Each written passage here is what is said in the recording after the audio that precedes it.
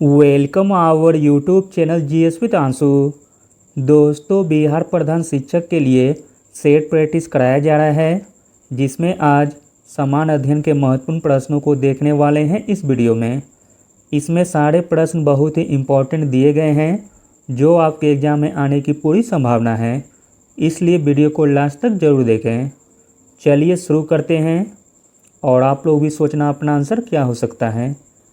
पहला प्रश्न है, किस राज्य में भारत का पहला विश्व शांति केंद्र स्थापित किया जाएगा?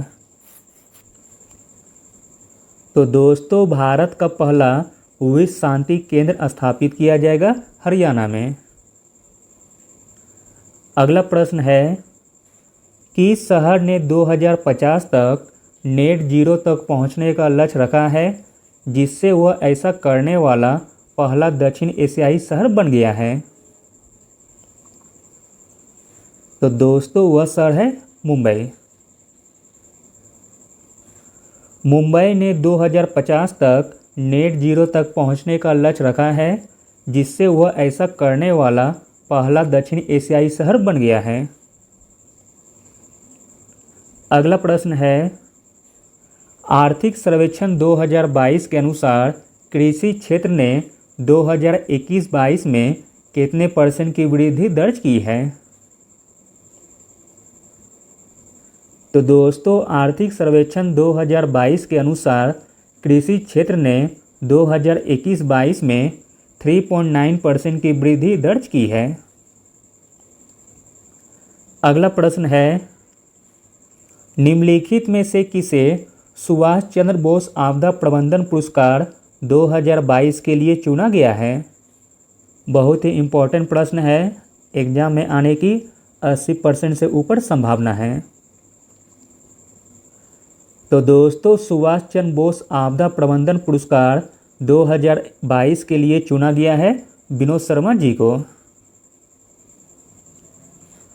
गुजरात आपदा प्रबंधन संस्थान और प्रोफेसर विनोद शर्मा को सुभाष चंद्र बोस आपदा प्रबंधन पुरस्कार 2022 के लिए चुना गया है। अगला प्रश्न है, विश्व आर्थिक आउटलुक और वैश्विक वित्तीय स्थिरता रिपोर्ट किसके द्वारा तैयार की जाती है?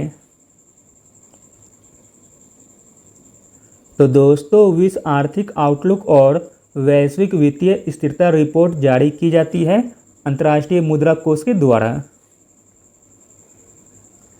अगला प्रश्न है, विश्व संस्कृत दिवस हर साल कब मनाया जाता है? विश्व संस्कृत दिवस हर साल मनाया जाता है 22 अगस्त को। अगला प्रश्न है, बिहार पंचायत राज अधिनियम निम्नलिखित में से किस वर्ष पारित किया गया था? तो दोस्तों, बिहार पंचायत राज अधिनियम पारित किया गया था 2006 में। अगला प्रश्न है, बिहार की डगमरा पनबिजली परियोजना निम्नलिखित में से किस नदी पर स्थित है? तो दोस्तों, बिहार की डगमरा पनबिजली परियोजना कोसी नदी पर स्थित है।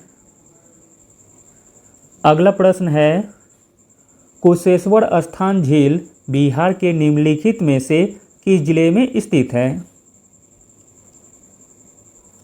तो दोस्तों, कुशेश्वर स्थान झील बिहार के दरभंगा जिले में स्थित है।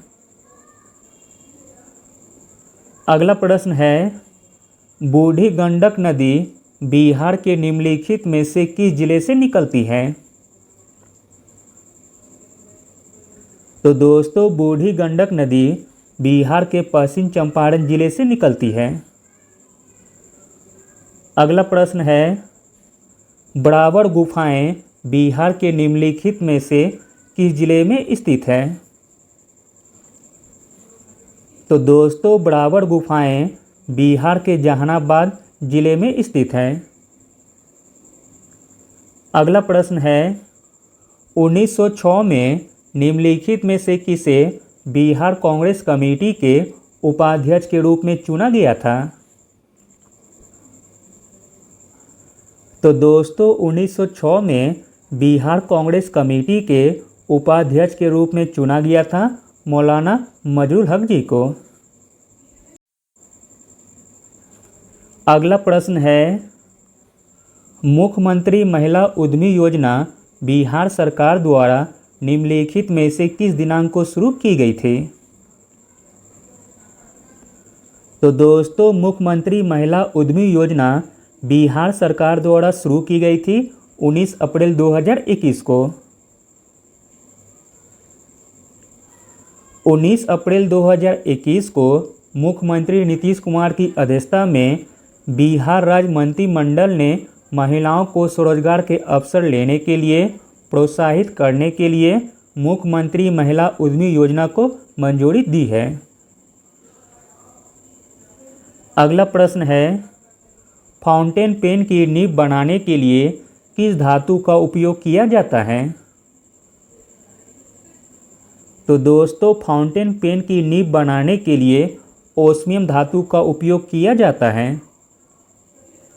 अगला और अंतिम प्रश्न देखते हैं, भोजन में मोनोसोडियम ग्लूटामेट का प्रयोग किस रूप में किया जाता है?